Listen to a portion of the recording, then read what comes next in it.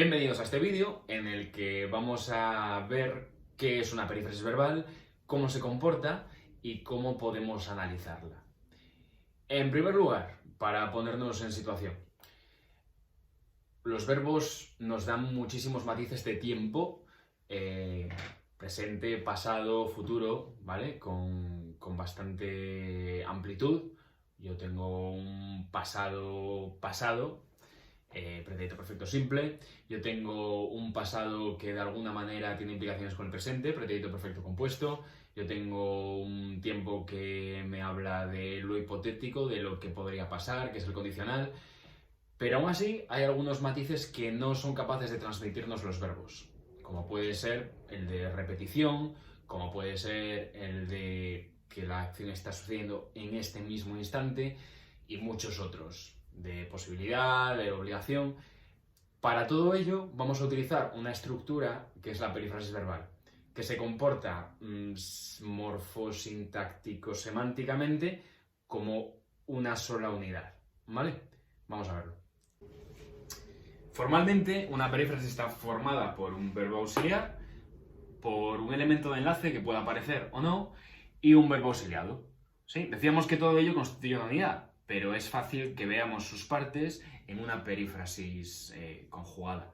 En esta oración, ellos están a punto de ser profesores. Yo tengo la perífrasis están a punto de ser, que pertenece a la perífrasis estar a punto de más un infinitivo, ¿vale?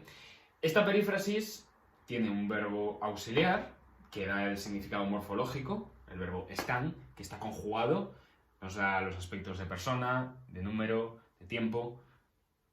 Tengo un elemento de enlace, que en este caso pues es una locución preposicional, pero que puede ser una preposición simplemente, o puede ser un sintagma nominal. Y tengo un verbo auxiliado, que es el verbo ser. Fijaos, el verbo auxiliado lo que me va a dar va a ser el significado léxico, qué matices de significado semántico presenta esta estructura, y el significado sintáctico, con quién se puede combinar esta estructura verbal. Si os fijáis, ellos están a punto de ser profesores. Profesores es el sintagma nominal, atributo, pero porque lo selecciona el verbo ser, que es el verbo auxiliado. ¿Vale? El verbo auxiliado siempre selecciona los complementos. No solo sintácticamente, sino también léxicamente. Fijaos, si yo digo el tren está a punto de llorar, estoy formando una oración agramatical, porque el verbo auxiliado no permite combinación con un elemento no animado. El verbo llorar no nos permite conjugarlo con un elemento no animado. Aquí tenemos los distintos tipos de las perífrasis verbales en castellano. Tenemos dos grandes categorías, que son las perífrasis verbales modales y las tempoaspectuales. ¿Qué varía en cada una de ellas? Pues el aspecto morfológico verbal que se modifica. Yo tengo un modo indicativo, que sirve para expresar hechos reales. Yo tengo un modo subjuntivo, que sirve para hablar de hipótesis o de irrealidades. Tengo un modo imperativo, que me sirve para dar órdenes. Pero las perífrasis me amplían los diferentes o los posibles modos que pueda utilizar en castellano. Necesidad de obligación, probabilidad de hipótesis, capacitación y aproximación, ¿vale? Para hablar de esa acción verbal en alguno de estos términos. Las tempoaspectuales, pues lógicamente lo que nos van a precisar va a ser el tiempo y o el aspecto de la forma verbal que utilice en cuestión. Hay un montón, son 8, ¿vale? Entonces ya no es tan sencillito como las modales. Hay ejemplos de cada una de esas categorías, pero no están todas las que son. Entonces vamos a ver unas en una línea temporal de pasado, de presente y de futuro, pues los diferentes comportamientos o los matices que dan cada una de ellas para que podamos sistematizarlo mejor. Entonces, lo primero que hacemos con ellas es que podemos agruparlas, porque hay algunas que, hablando en la misma línea, pues dan matices distintos. Fijaos, las ingresivas y las incoativas nos hablan de acciones en su comienzo. Las ingresivas nos hablan de una acción que está a puntito de comenzar, entonces estaría como ahí pegadito al presente. Mientras que las incoativas nos hablan de esa acción en un proceso inicial, ¿vale? Del presente hacia un futuro. Las durativas nos presentan una acción en su desarrollo, ya sea pues en el pasado, ya sea pues, en el presente o en el futuro. Las terminativas o perfectivas y las resultativas nos hablan del final de una acción. Las terminativas o perfectivas nos hablan de ese proceso último, ¿vale? De esa culminación de la acción, y las resultativas pues nos hablan de ese proceso último, de la culminación, pero como resultado. Entonces empieza como a entrometerse por aquí por el presente. Las frecuentativas y reiterativas nos hablan de acciones que se repiten. Las frecuentativas nos hablan de una repetición constante, ¿vale? Constante. Pues de hecho el ejemplo es soler más infinitivo, ¿no? Y las reiterativas nos hablan de repetición, aunque puede ser simple, puede ser un suceso que esté repitiéndose por primera vez, ¿no? Tanto en el pasado como en el presente como en el futuro, ¿vale? Igual que las frecuentativas. Y las de futuro nos hablan de una acción orientada hacia un futuro hipotético, ¿vale? Entonces, bueno, aunque sea así monigotes, yo creo que nos puede ayudar un poco para entender los matices temporales que presentan las diferentes perífrasis del castellano.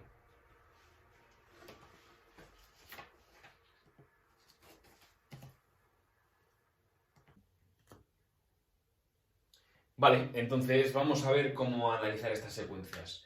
Una vez que lo haya identificado, pues lo que tendré que decir es que tengo que cenar. Todo ello es una perífrasis verbal de, y aquí completo con la forma no personal que me aparezca como verbo auxiliado, infinitivo.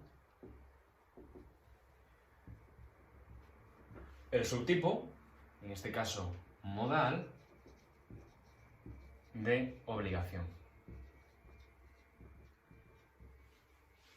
Ahora, tengo que analizar los diferentes elementos que me aparecen en la perífrasis. Entonces, tengo primera persona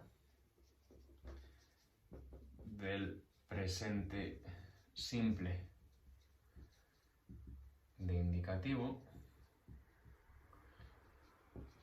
verbo tener, segunda conjugación. ¿Qué no estoy dando? No estoy dando nociones ni de aspecto ni de voz. ¿Por qué de aspecto? Pues porque se modifica al entrar en una perífrasis. ¿Y por qué de voz? Porque hay algunas perífrasis que admiten voz pasiva y otras que no. Es tenido que cenar. No tiene sentido. Entonces, no vamos a hablar ni de voz ni de aspecto. ¿Vale? Con el elemento de enlace podemos analizarlo morfológicamente, pero lo que tenemos que decir es que es un elemento de enlace. Vale, lo vamos a dejar ahí. Sea lo que sea. Sea lo que sea. Si alguien está preguntando qué es este que aparece aquí, pues es aquel que nos sirve para completar secuencias que no tiene significado. Es decir, una conjunción subordinante completiva. Pero con decir elemento de enlace sería suficiente. Puede haber algún ejercicio que nos pregunte específicamente qué unidad es la que aparece enlazando los dos términos en una perífrasis verbal. Pero en general, si nos piden la perífrasis al completo, pues no lo vamos a decir. Y cenar. Infinitivo simple. Infinitivo simple. Del verbo cenar. Primera conjugación. La siguiente, estoy escribiendo. Perífrasis verbal de gerundio, tempo aspectual, durativa. Y ahora voy por partes. Primera persona del singular, del presente simple de indicativo, verbo estar, primera conjugación. Y escribiendo, gerundio simple del verbo escribir, tercera conjugación.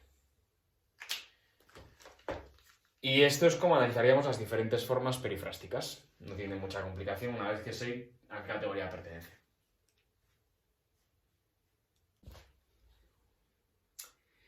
Aunque pareciera fácil, pues no todo iba a ser del color de rosa. A veces tengo estructuras compuestas por un verbo conjugado y un verbo auxiliado en forma no personal que pueden parecer perífrasis, pero que no lo son. Entonces, ¿cómo puedo identificarlos? Haciéndome estas tres preguntas. ¿Puedo permutar el verbo auxiliado? ¿Qué quiere decir esto? ¿Puedo cambiar el verbo auxiliado por otros verbos y seguir teniendo una oración gramatical? ¿Puedo pronominalizar el verbo auxiliado? ¿Puedo convertirlo en un sustantivo, en un pronombre tónico? Tercera pregunta, sinónimo. ¿Puedo convertir toda la secuencia en un verbo distinto con significado idéntico? Pues en función de lo que respondamos, tendremos o perífrasis verbal, o locución verbal, o construcción compleja o construcción subordinada. Vamos a ver los ejemplos. Primero, tienes que relajarte un poco. Y me hago las preguntas. ¿Puedo permutar el auxiliado? Tienes que relajarte un poco. Tienes que tranquilizarte un poco. Tienes que dejarlo ir. Tienes que pensar en otras cosas. Soy capaz. Entonces, voy a poner aquí un tic. ¿Puedo pronominalizar el auxiliado? ¿Puedo convertir el verbo auxiliado en un pronombre personal? ¿Tienes que eso? No. ¿Puedo encontrar un sinónimo que no sea una variante de la morfología del verbo léxico? Es decir, no me vale como sinónimo relájate un poco, ¿vale? Porque al final estoy utilizando el mismo verbo. ¿Tengo algún verbo en castellano que recoja enteramente este significado? Si lo encontréis me lo decís, ¿eh? Parece que no. Vamos con el segundo ejemplo. Puso a parir a su compañero. Y me voy haciendo las mismas preguntas. ¿Puedo cambiar el verbo auxiliado? Puso a criticar a su compañero. Puso a insultar a su compañero. Puso a ridiculizar a su compañero. Parece ser que no. ¿Puedo convertir el verbo auxiliado en un pronombre? Puso a eso a su compañero. No parece que sea una oración gramatical. ¿Puedo convertir toda la secuencia en un sinónimo? Vamos a pensarlo. Criticó a su compañero. Ridiculizó a su compañero. Insultó a su compañero. Pues parece ser que sí. Y el último. Quiso conocer más detalles. ¿Puedo permutar el verbo auxiliado? Quiso investigar más detalles. Quiso saber más detalles. Parece que sí. Siguiente pregunta. ¿Puedo pronominalizar el verbo auxiliado? ¿Puedo decir quiso eso más detalles? Eso que acabo de decir no es gramatical, pero tenemos que darnos cuenta de una cosa. Este conocer resulta que tiene sus propios complementos. Quiso conocer los, ¿vale? Complemento directo. Entonces, lo hace porque es una subordinada sustantiva de infinitivo, ¿vale? Yo no puedo decir quiso eso más detalles, pero sí que puedo decir quiso eso. O puedo decir lo quiso. Entonces, sí que puedo conmutar el verbo auxiliado y sus complementos por un pronombre. ¿Puedo encontrar un sinónimo a quiso conocer? Buscadlo, si lo encontráis me lo decís. Pues estas serían un poco las diferentes preguntas que tenemos que hacernos cuando encontremos una estructura que parezca una perífrasis, que tenga un verbo morfológicamente conjugado y un verbo auxiliado que le dé el significado léxico-sintáctico, ¿vale? Bueno, ánimo.